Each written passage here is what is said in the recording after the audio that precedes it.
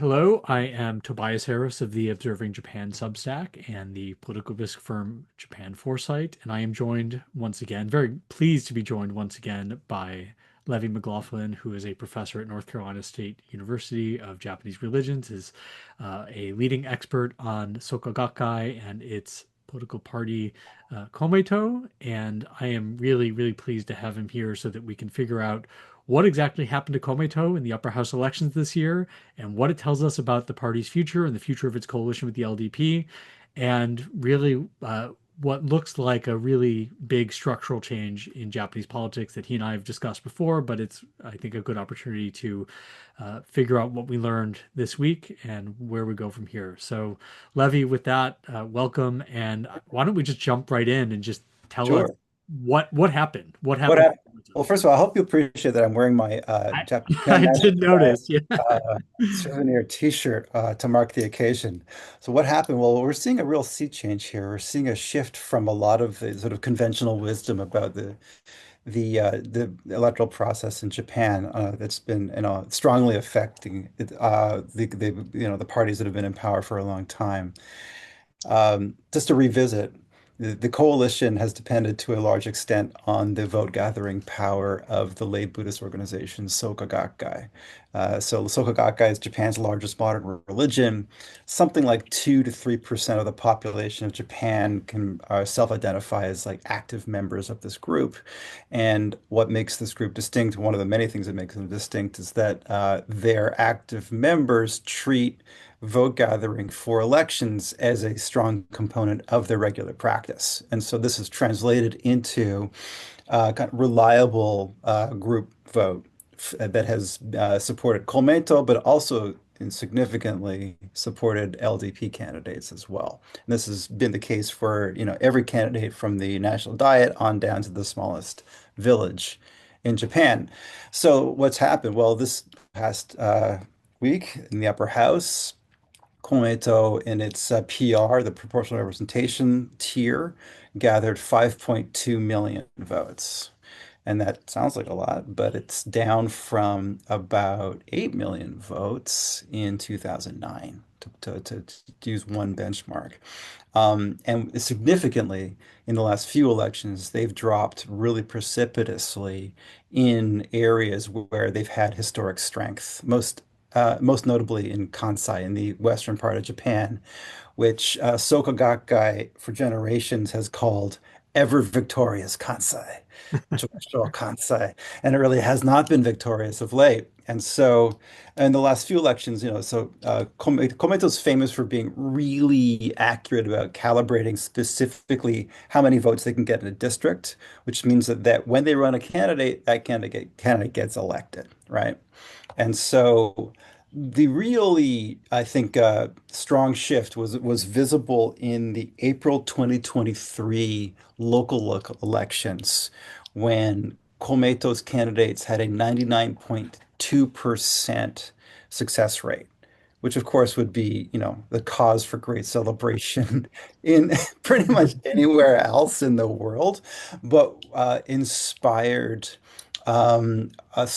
these really heartfelt apologies on the part of those candidates who failed to gain seats and also from local level Gakkai leaders too. And so since then, we've just seen, pretty strong losses. And so this in the upper house, this time they went from 7 to 4 PR seats, right? And a total of 8 seats now that they gained or that they successfully got people elected in this past race, right? That's a big loss. Well, and they lost multi-member district seats that were their.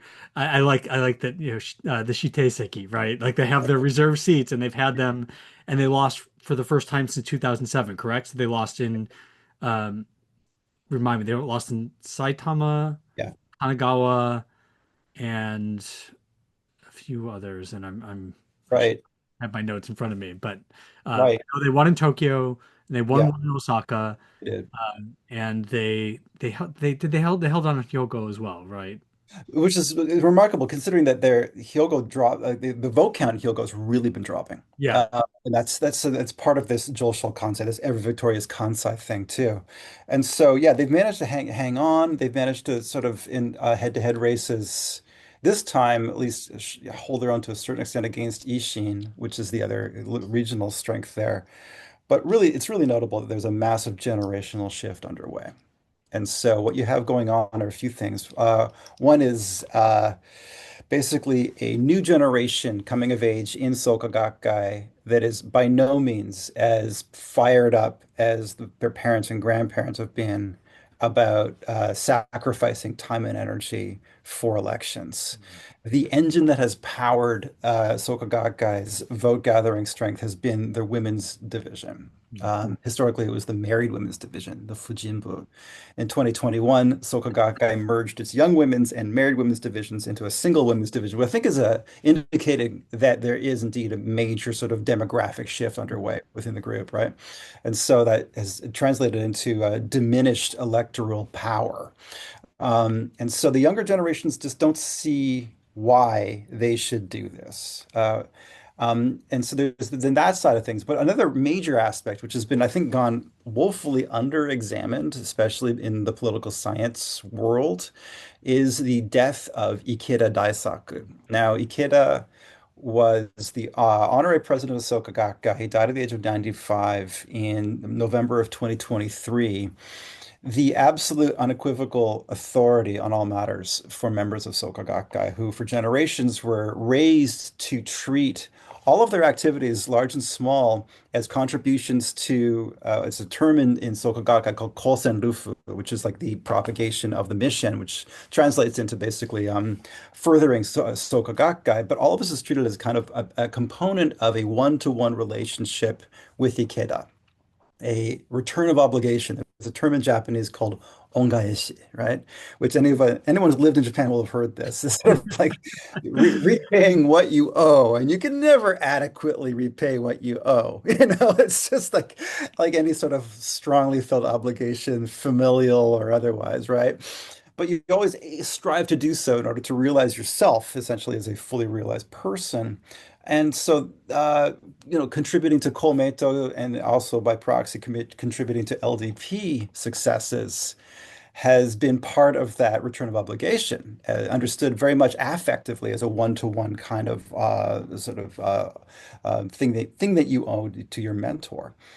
Ikeda died, and so that claim that we've now moved in these circles from this is what Ikeda Sensei wants to this is what Ikeda Sensei would have wanted. Hmm.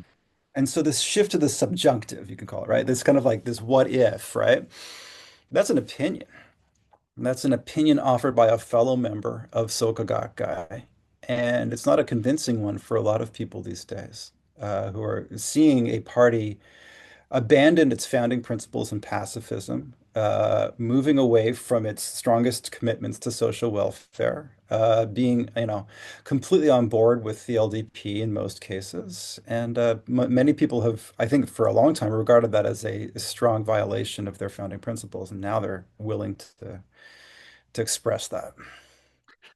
So there's so much to unpack and dig into, and so so I'm gonna try to take this in some sort of logical order. I want to first talk actually maybe about kind of the party's principles because there are a few things sort of noted during the campaign that I think were notable. I think first on the pacifism, all the newspapers they do their surveys of the candidates and trying to give you a picture of the candidates' views.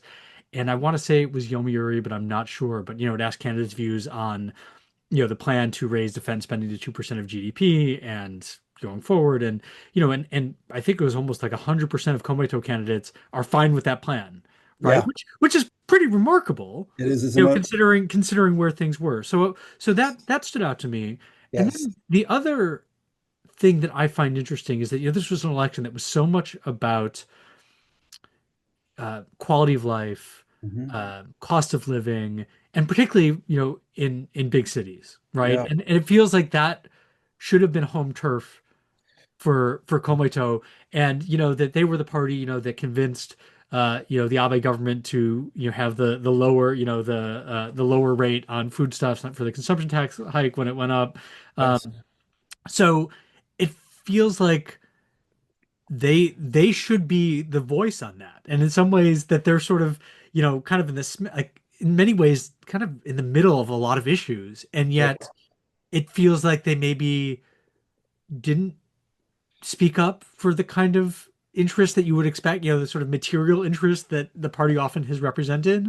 Um, Maybe talk a little bit about Yeah, that. well, this is the paradox of being in power, right? I mean, so they have been part of the government since '99 with the LDP, and they stayed with them as the coalition was voted out of power in 2009 into 2012. So all through that, they've had every single chance to implement their policies, and also because of the kind of division of labor that's been in place, so the LDP has largely left those kinds of grassroots level social welfare matters to Kōmeitō. And so especially when it comes to things like, yeah, making sure that, for example, consumption taxes are kept low on groceries and things like that. In other words, all the sort of day-to-day concerns that be immediately of highest priority to their prime constituency, which is to say homemakers. I mentioned before the women's division of Soka Gakkai as being kind of representative of that. Well, they've had that chance, and during this past few years, what have we seen? We've seen a really stark increase in the percentage of the household budget that's Yeah. paid toward food. We've seen inflation that's really strongly affected people, especially younger people. We have seen a failure on the part of government to really forestall the difficulties that job seekers are facing.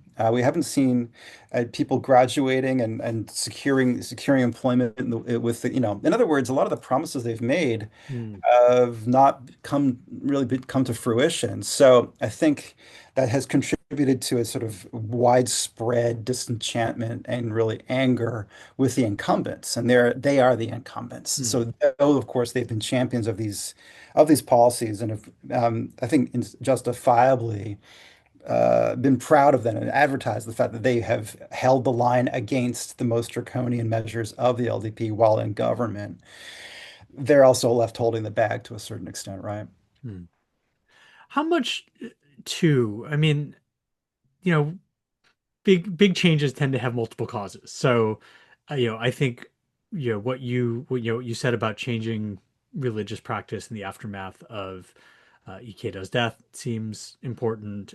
Demographic change, which every organization in Japan in its own way is confronting, the impact of demographic change.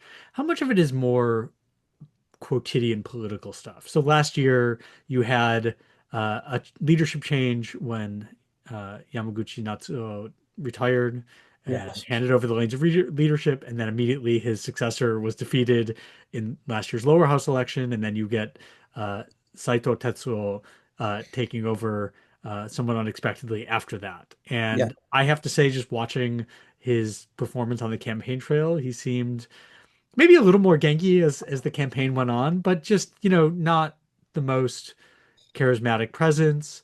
No. Um, the party also, and this is just a pet peeve of mine, that their web presence is lacking compared to some other parties. Yeah. Finding information about like where Saito was going like took like more Oh, time than you think it would. Like so just like it just seems yeah. like they haven't kept with the times, and I think maybe every established party is kind of struggling the same way to varying degrees. But how much of it is just that the party just has not modernized, has not updated as things have changed? I think that's evident, isn't it? Yeah, that there's a massive sort of a generational gap there.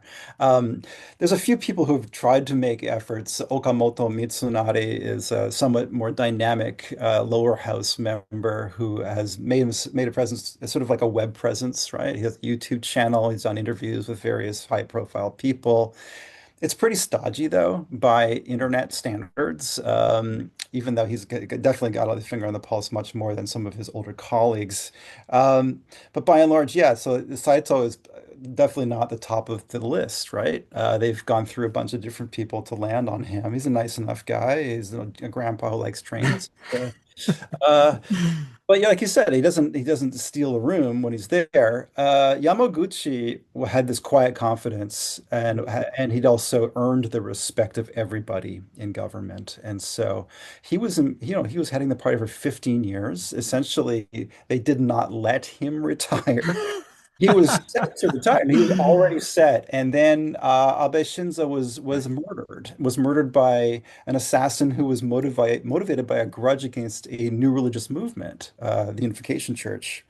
And the spillover effects of sort of hostility to religion in the public sphere, specific to groups that bear the label cult, had enough of stigma, sort of like that bled into concerns about Kōmeitō and Soka Gakkai, that it was clear that he felt compelled to stay on to steer the party through that crisis. Who knows, counterfactually, who knows what would have happened had that not happened, right? Mm. Maybe Komeito would be in a more stable situation. But the other factor that's part of that kind of regular politics thing that you alluded to there, Tobias, is that the relationship between LDP and Komeito hasn't been great, right? Uh, Yamaguchi was good at that. He was Yeah. very good at maintaining very convivial relations, very close kind of connections and managing that. There were sort of strains that were made apparent, became really apparent after Abe. And then Ishii did not seem to have any strong handle on that. I think of him kind of as Komeito's Liz Truss in a way. It's like he's there for a month. He just does Yeah. the bad job. And then Saito, who would wish that post on anybody at this point, right? He's taken over, but he's facing all of these monumental challenges that I don't think a specific leader necessarily has the capacity to overcome. So, yeah. So you mentioned Abe's assassination and then the issues that raised about kind of religion and politics. How much do you think the fallout from that? I mean, obviously, it's not like Soko Gakkai wasn't implicated in any. Like this is shouldn't have involved them, and yet clearly there was a spotlight on religious groups in politics as a result of that. How Right. much do you think that's affected kind of the broader structural context in which they're operating? I mean, it was a reminder of that stigma, of that kind of basically public fear, outsized fear, really, of the presence of religious organizations in electoral politics. It's been the case across the board, and Japan is not an exception to that. Um, the murder of Abe triggered this incipient kind of people call it a moral panic, which is basically an outsized, disproportionately enraged reaction Hmm. to the response to the phenomenon. And so what was really notable is that in after Abe was killed, there was this huge, especially online response Hmm. that drove the general media kind of panic, media-driven panic. It was the largest ever social media event in Japanese history. Right. Yes. And what was remarkable, at least to me, was how tenacious it was. It kept going, right? Yeah. And for the most part, the coalition has been pretty good at sort of tamping down public outrage about Hmm. various things in the past, right? The Abe murder, the revelations about the close ties between LDP and other conservative politicians with the highly controversial Unification Church that spilled out after Abe's killing uh, kept going, and they were unable to manage that.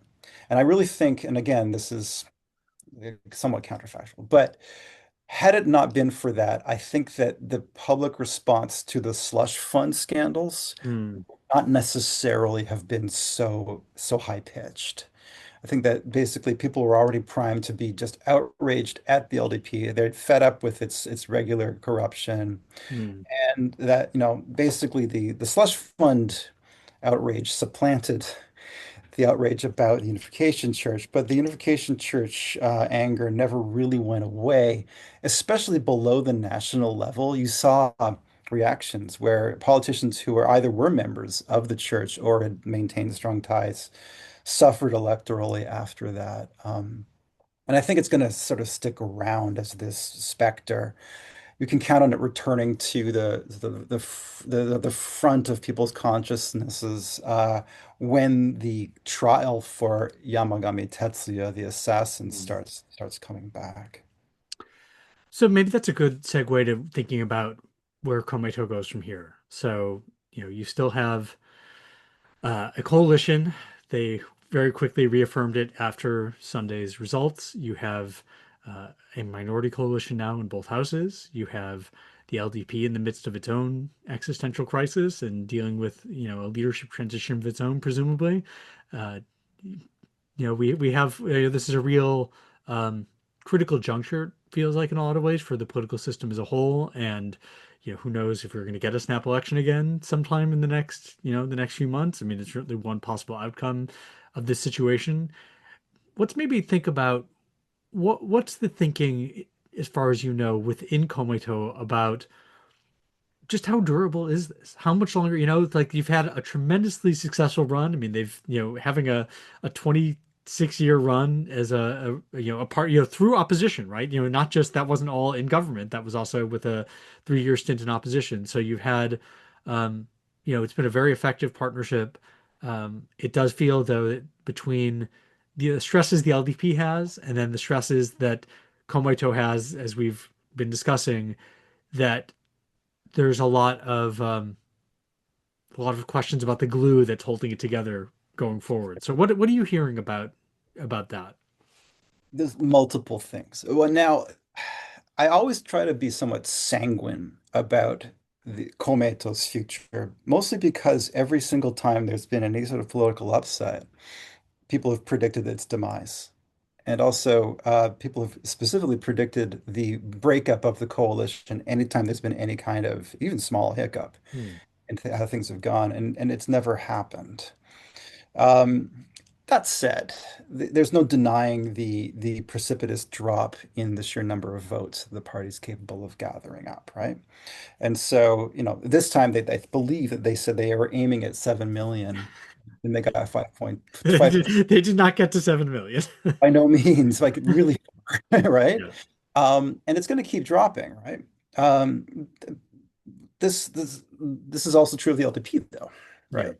And so yeah, this is one of the sort of like curses of being the incumbent at present. It seems to me it's part of a general global trend of the incumbent governments being the object of ire on the part of dissatisfied populations. And so uh, s- I've seen some commentary along the lines of, well, then, isn't it likely that the LDP will dump Kōmeitō finally and try to take up with a more sympathetic right-wing partner or more than one in order to establish its power?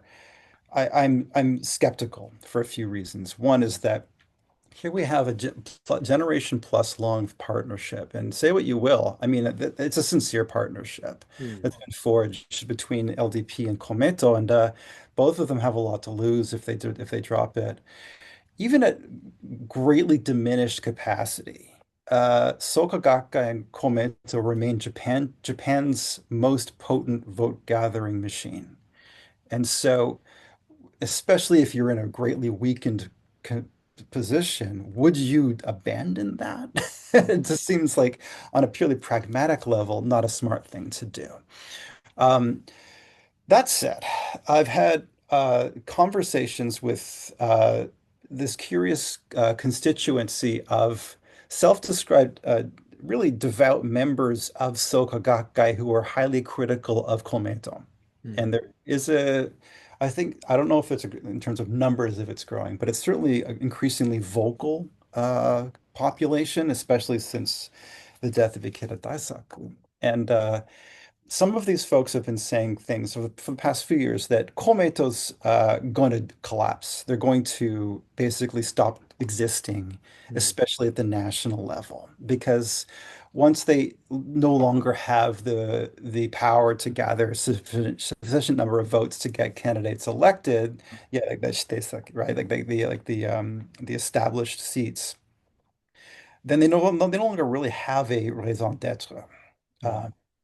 they've long, as you mentioned before, they've long since abandoned their founding pacifist principles. They haven't been hugely successful either at convincing the Japanese population about their capacity to affect social welfare, efforts. So at that point, then why, and especially why, if you're a member of Soka Gakkai, would you dedicate a considerable amount of your practice to gathering votes for this group that doesn't seem to be effective? So. We'll see. We'll see, though. I think it's far too soon to count them out because they have proven themselves very, very capable of surviving. So what, I mean, is there a tipping point where I mean, it gets to a point where they're just, they have such a limited ability, or just like with each sort of million votes that they lose, Right. that's going to affect their ability to win those marginal seats and also maybe to help LDP candidates who are squeezed. Yeah. And here's a hypothetical for you that if you do get a general election at some point Yeah. and the LDP does uh, they lose their an even bigger majority and you actually end up getting a change of government, Mhm. does the coalition withstand that? That you get, basically, I mean, both because I really suspect within the LDP, I mean, the voices have gotten much more insistent. Yeah. Clearly, I think there's a feeling that the party needs to pivot to the right, whether they're actually able to do that or not. I mean, clearly there's kind of an identity crisis going on within the LDP as well. Right. Um, and if it does feel like we lost, we lost power, and clearly Kōmeitō wasn't enough to get us over the finish line in a lot of places.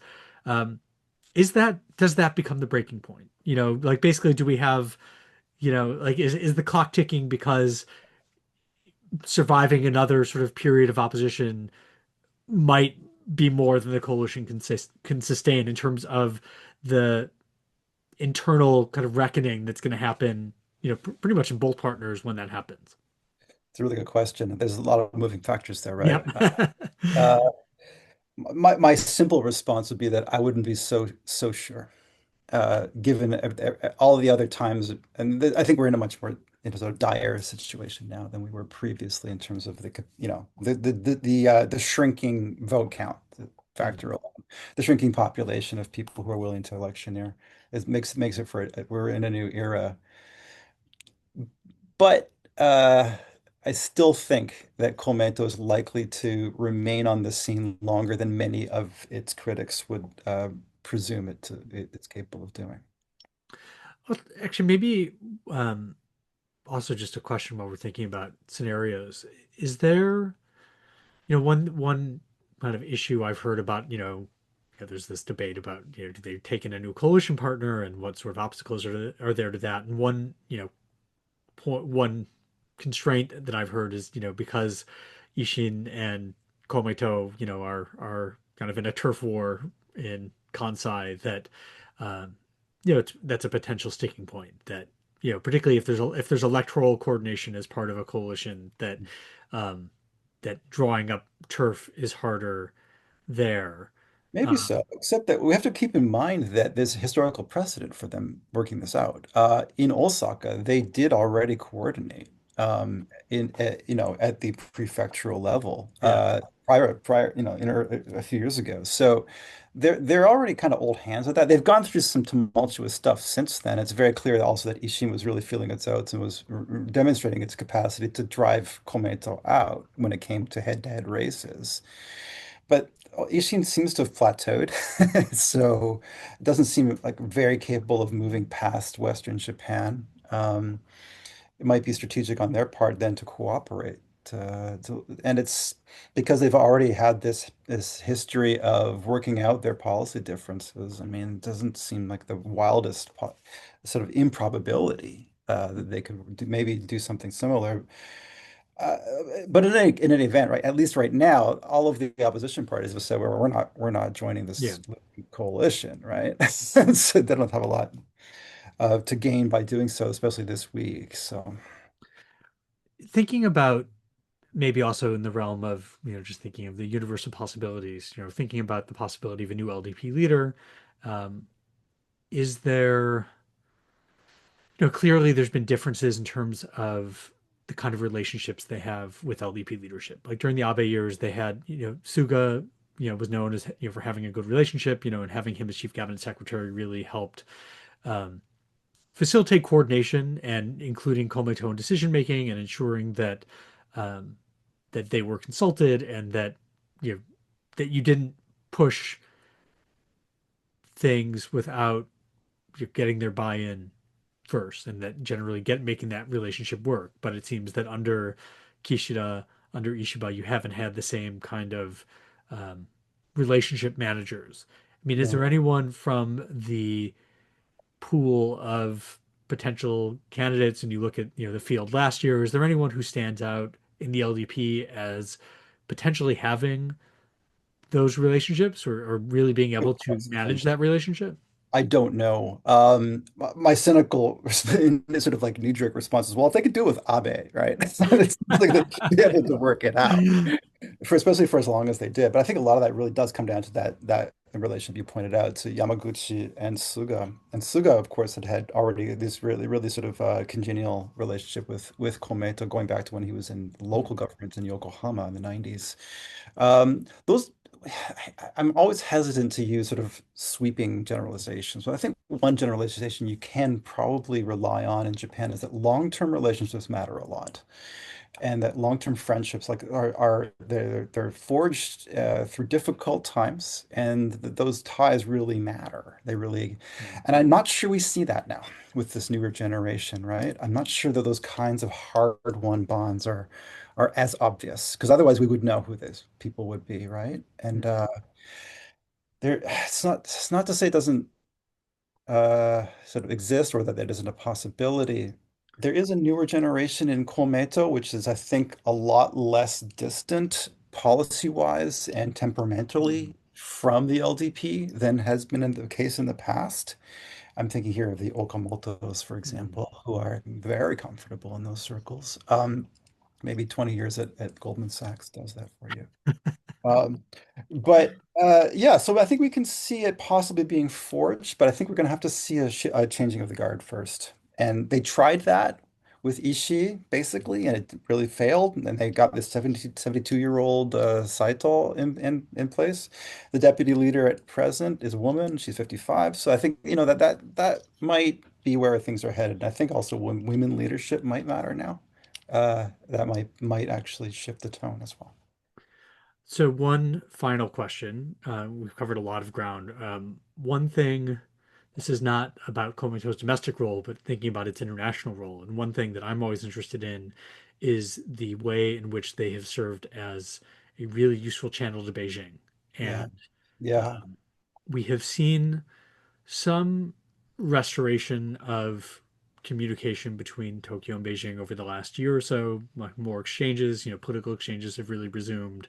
Yes. There was certainly talk at some point earlier this year that you might actually get the long delayed Xi Jinping visit to Japan at some point. But um, what is this? If you feel like you can talk about this, but like, what is your sense of the current kind of state of Komeito's paipu to Yeah. Beijing? And um, it feels like if Komeito's influence declines, that is something that we should worry about. That not having um, an institution like Komeito that really has played a role in bringing political leadership in these countries together Yeah. and ensuring that there's channels of information, even when at the highest levels there's tension, Yeah. um, that's been useful. I- it's an open question for me. To what extent have uh, the Kōmeitō side and the China side been able to maintain that as generations have shifted? I'm not certain we're seeing a successful transition. So I'm thinking, for example, in 2008, Hu Jintao, then Premier of China, visits Japan. One of the only visits he made outside of governmental circles was to Soka Gakkai, Mm, was right. And so that's really significant. He met with Ikeda Daisaku. Ikeda Daisaku had met with Zhou Enlai in 1974, and that was a very epochal moment for the organization. Ikeda made a personal pledge to Joel that Soka Gakkai would not proselytize in the People's Republic. Parenthetically, it doesn't really matter because it was already illegal for them to do that in the country. But it was a significant thing for him to say, and to forge that bond was extremely influential on how relations developed. Prior to that, Takehiti, who was the Kōmeitō politician, essentially created the template for diplomatic normalization between Beijing and Tokyo. That happened in 1972. So that generation really paid their dues. I mean, Takehiti was stabbed by a right winger for going through that process, and he survived that attack. And he gained a lot of respect from the Chinese politicians for having persevered in the face of that kind of violence. So these days, are we seeing that? So I think the things to look for would be how many times are we going to see, for example, a Kōmeitō politician dispatched to China as some sort of envoy, be it cultural, economic, whatever, right? Because that's been the case in the past, right? Where the coalition has turned to the Kōmeitō side to sort of affect Yeah. that based on those channels. Are we still going to see that? Are we still going to see the same kind of qualitative results as a result of those meetings? That's what we need to look to, I think. Well, that is a great place to stop this conversation. I think we have really covered, I think, the big issues right now with Komeito and the future of the coalition. So, Levi, really, I'm grateful as always for your time and for giving us the benefits of your years of uh, study and time spent around Sokogakai and Komeito. So, really grateful. And hopefully, as things evolve, we will have an opportunity to talk again. So, thank you. My guest again, Levi McLaughlin, professor at North Carolina State University. And Levi, look forward to seeing you again soon. Absolutely. Thank you very much.